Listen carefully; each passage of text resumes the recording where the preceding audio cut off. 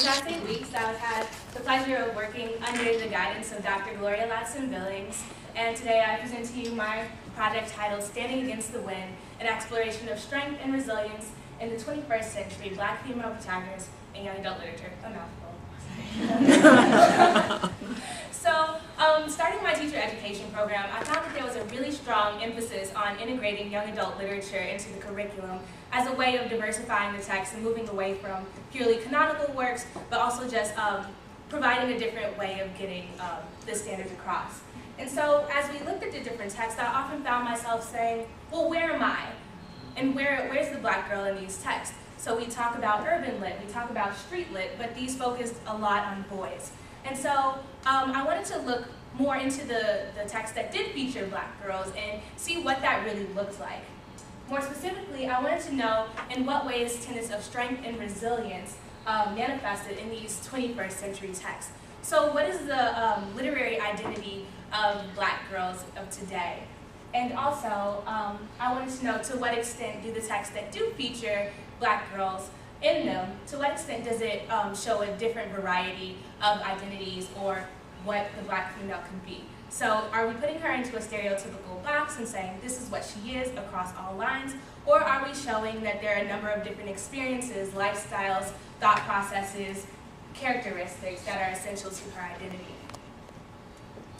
So for my literature review, I first wanted to look broadly at the genre of young adult literature.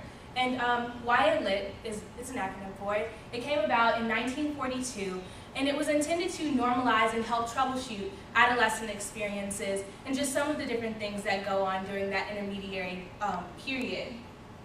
And parallel to the development of young adult literature, we see the emergence of social movements such as feminism, and we also see the rise of the civil rights movement.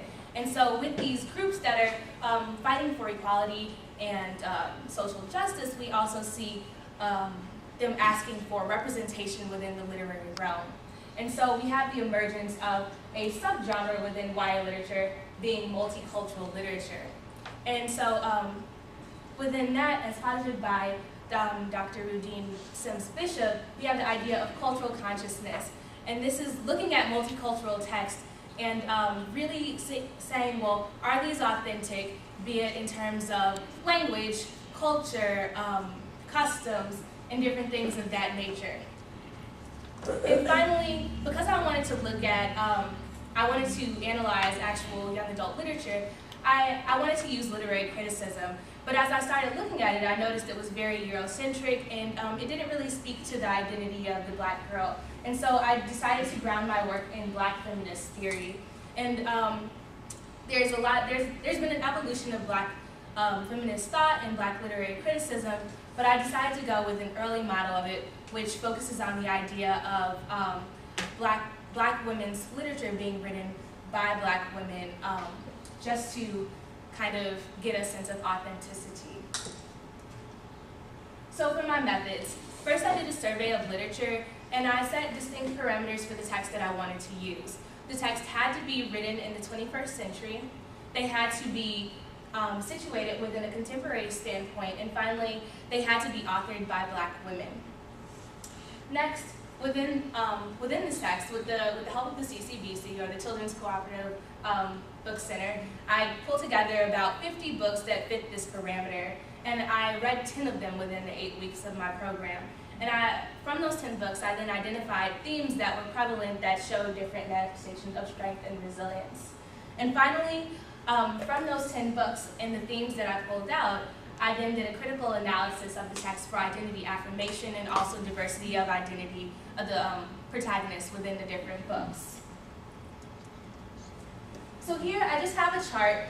These are the 4 books that I used for my literary analysis, and I just wanted you guys to get kind of a feel for the different protagonists that I used. And so here we see just a variety of different ages, locations, and different family structures, and I just really wanted to point out that there are these essential differences in them as individuals, but what we noticed, or what I noticed within my study, was that there are essential ideas to there being an identity that always came back to the Black female culture or Black women identity.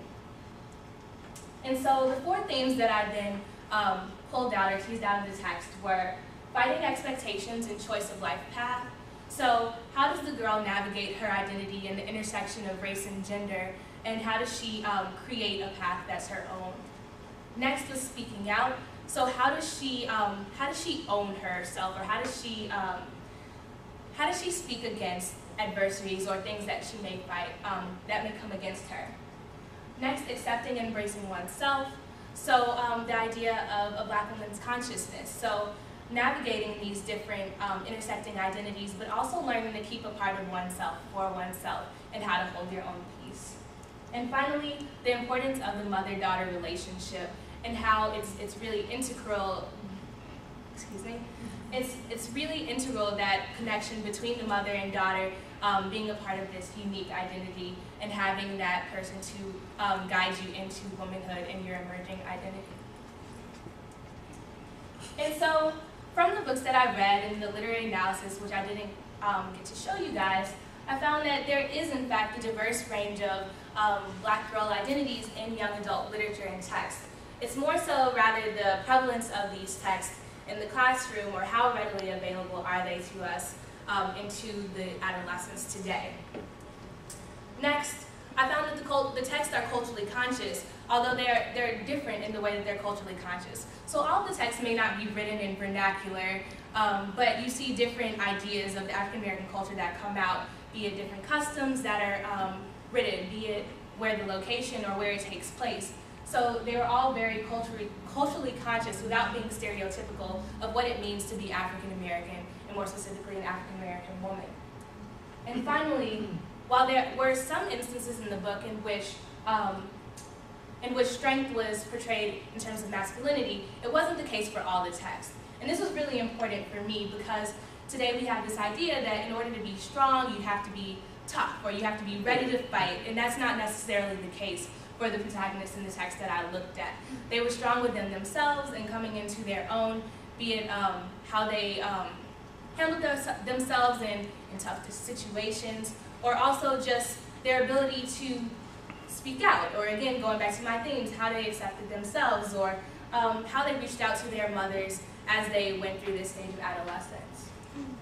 And so this brings me to my next steps for research, and it's taking it to the classroom, because of course, who am I to judge young adult literature when I am no longer a part of the 12 through 18 age range?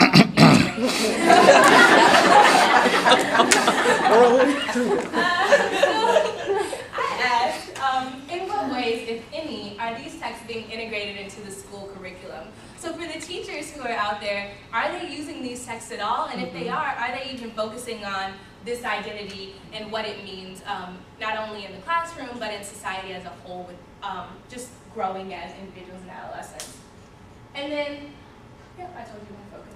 Yeah. And then, secondly, the question is turned towards me. So how can I, as a practitioner, integrate these texts in a very authentic way into my own classrooms? And how would I go about doing that to emphasize and help the students learn what it is that not only I think is important, but what I think we all should think is important about learning about this identity?